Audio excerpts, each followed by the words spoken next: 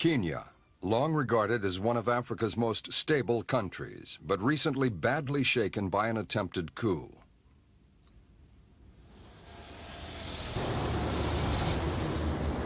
On the surface, Nairobi now gives an impression of order again, as it has done during the years of calm and prosperity following independence from Britain in 1964. Nairobi and Kenya have been models that other black states have tried to imitate, not always with success.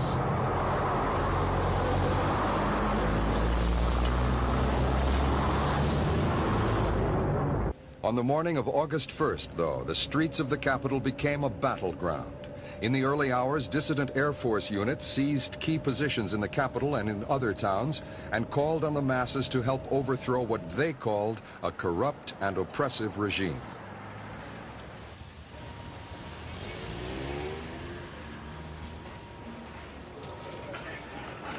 Within hours, loyal troops crushed the rebels and drove off an army of looters who had laid waste large areas of the commercial district. By midday, the worst of the troubles were over. The broken glass was swept away, and life officially returned to normal.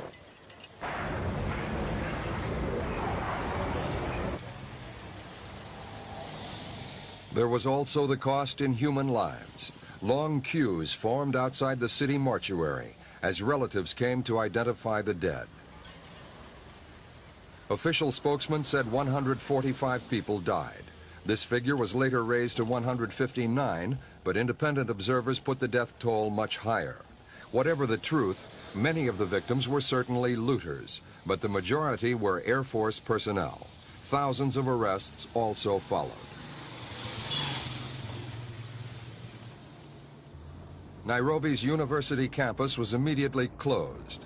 As the rebels moved into the city center, they roused students from their beds and urged them to join their revolution. Many did so and paid with their lives. Others were arrested, the rest sent home.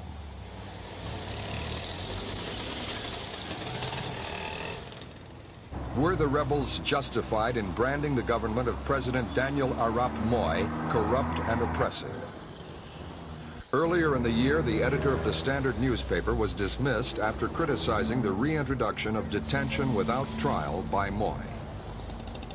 The press must be a champion of the social, political, and economic development. One of the best-known champions of free speech has been veteran socialist and former vice president Oginga Odinga. Of the people to bring about these developments. The press must indeed... Odinga, now aged 72, has first-hand experience of intolerance. He was expelled from the ruling KANU party in May after announcing his intention to set up a socialist opposition party. In June, Moi declared KANU the only legal political party in the country. And in July, Odinga's passport was withdrawn after a foreign lecture tour in which he branded the government as corrupt. Odinga is said to have been under police surveillance since the failed coup. But when something comes bad about Odinga, they will make the headline. The tensions just below the surface in Kenyan society were probably kept in check by the charisma of the country's first president, Jomo Kenyatta, who died in 1978. His successor, President Moi, has done well since then to avoid tribal rivalry between the Kikuyu, to whom Kenyatta belonged, and the Luo, who include Odinga. Moi himself belongs to a minority tribe, the Tugen.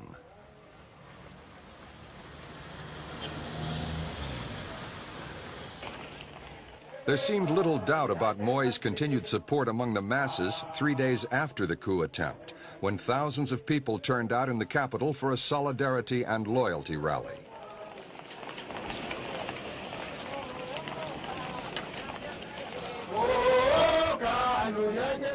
The government urged businesses to close that day so that their employees could attend, but even so, it was an impressive occasion. It reinforced Moi's insistence that the Kenyan people are solidly behind his government. He himself told foreign diplomats that the events of August 1st were no more than a serious form of hooliganism by misguided youths. The country's large Asian population was also represented at the loyalty rally. Their countrymen suffered persecution in neighboring Uganda under President Amin, and only in February they were criticized by President Moi himself for alleged hoarding and smuggling.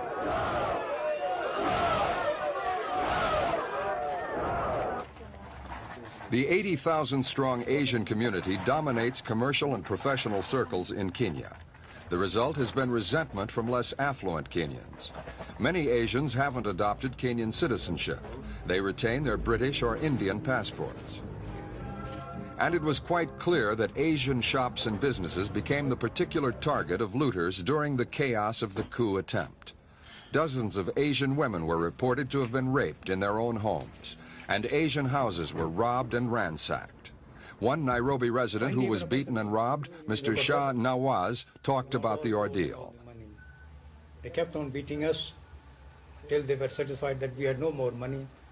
They robbed us of our TV, video, radios, watches, gold, and cash, whatever we had.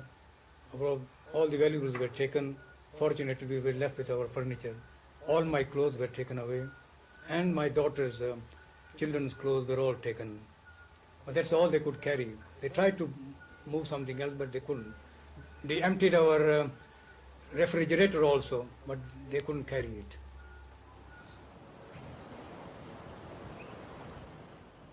Resentment and greed may have been behind much of the looting, but political opponents of the government object to the excessive wealth of Kenya's black elite on ideological grounds. These critics claim that corruption right up to ministerial level assures a life of luxury for the families of those in power. And some of these residential homes of the rich were attacked during the August violence too.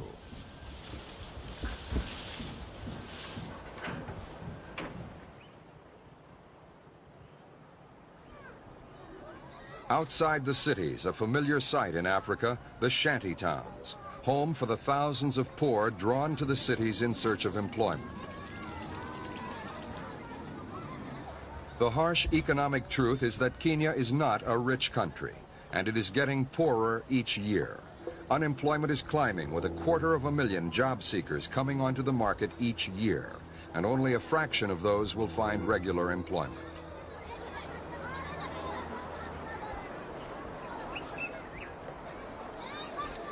In a bold speech earlier in the year, opposition figure Oginga Odinga declared that mass unemployment, soaring prices, and food shortages were the government's fault, the result of bad planning, the importation of luxury goods, and corruption. But the action taken against Odinga and the detention of several intellectuals, including 4 university lecturers, suggests the government is in no mood to tolerate any more criticism for the time being.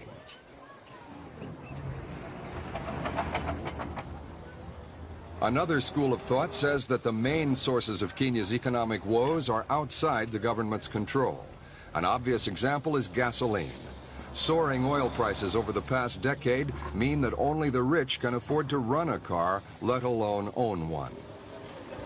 And on the national level, oil imports account for 36% of export earnings, compared with just 1% in 1973.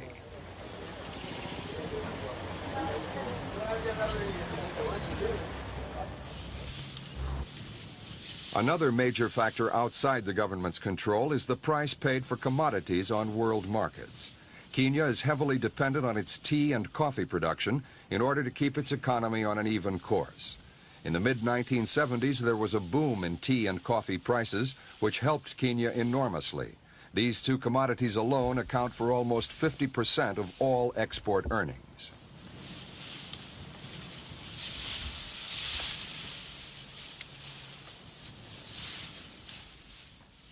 But the good years did not last. Market prices have fallen steadily, and combined with the rising cost of oil imports, this has led to a chronic balance of payments deficit for the last 4 years, coinciding almost exactly with President Moi's term of office.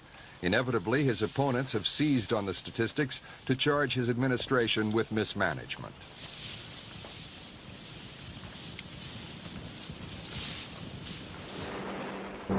In spite of the poor economic climate, Kenya's tea industry remains one of the country's biggest success stories since independence.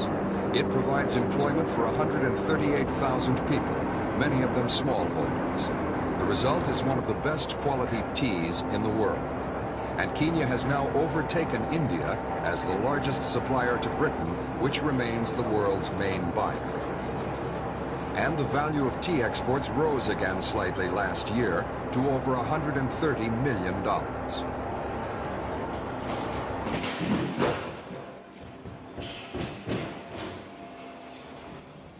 Kenya has always prided itself on being able to feed all of its people. 85% of the population depend on the countryside for a living, and 80% of the land is arid or semi-arid. This places great demands on the good farming land, and as commodity prices have fallen, the government has begun to make more small holdings available for subsistence farming. This man owns just half an acre of land on the outskirts of Nairobi. He's growing posho, a kind of bean, for himself and his family.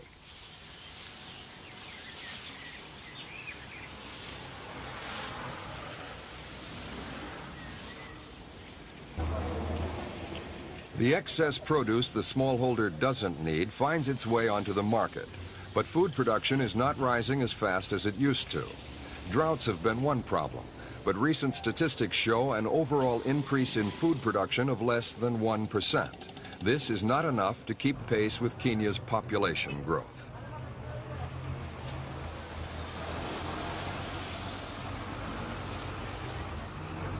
Speaking at an international trade fair, President Moi remains optimistic about food production. The continent has become more dependent on food imports.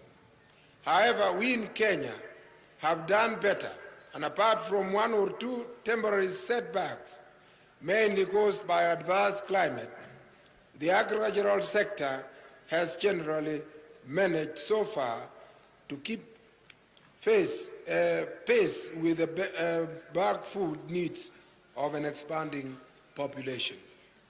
But it has become acknowledged that human numbers in our country are continuing to rise at an annual rate approaching 4%.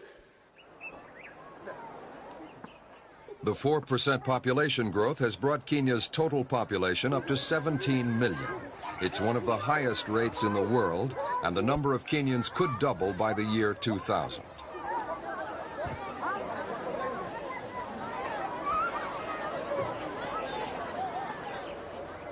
With the help of United Nations agencies, the Kenyan government is encouraging birth control. A popular medicine for family planning is a pill, which they take every day for 28 days. And another method which is more popular is IUD, lipase loop, which you insert for 5 years and then we remove and insert a new one. Another one is for 3 years, it's called copper T. We remove it after 3 years and then insert a new one. Kenya has never experienced the horrors of starvation that have occurred in other African countries, and birth control is one way of keeping down the number of mouths to feed in the future. The total area of arable land is not going to increase, and the Agriculture Ministry has narrowed down what it called the 3 hard options available: more intense cultivation of land, increased yields on the best farmland, and the costly exploitation of semi-arid land. Self-sufficiency remains Kenya's long-term aim, and birth control is part of the plan.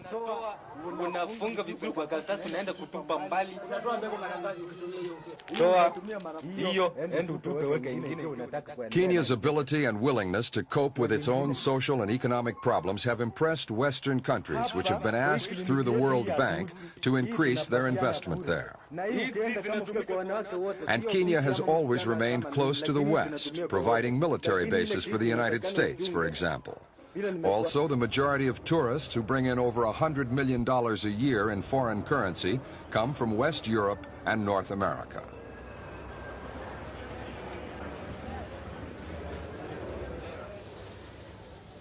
The events of early August, though, have frightened away many tourists, and they have stirred fears not only among Kenyans, but also in neighboring and Western countries, that Kenya's internal problems could erupt again into violence and disorder.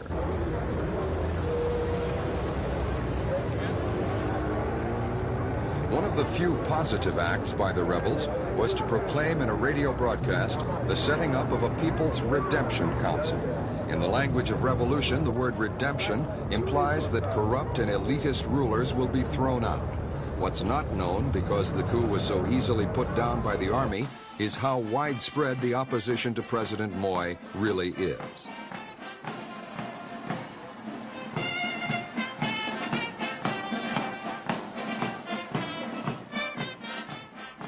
One interpretation of events is that one section of the armed forces crushed a coup attempt by another section. The army, suddenly aware that coups can happen even in peaceful Kenya, will be more vigilant in the future, and President Moi will keep a closer watch on his political opponents. He can do so through the power of the army and of a one-party state. But he will find it harder to restore Kenya's tarnished image of a country of peace and tolerance.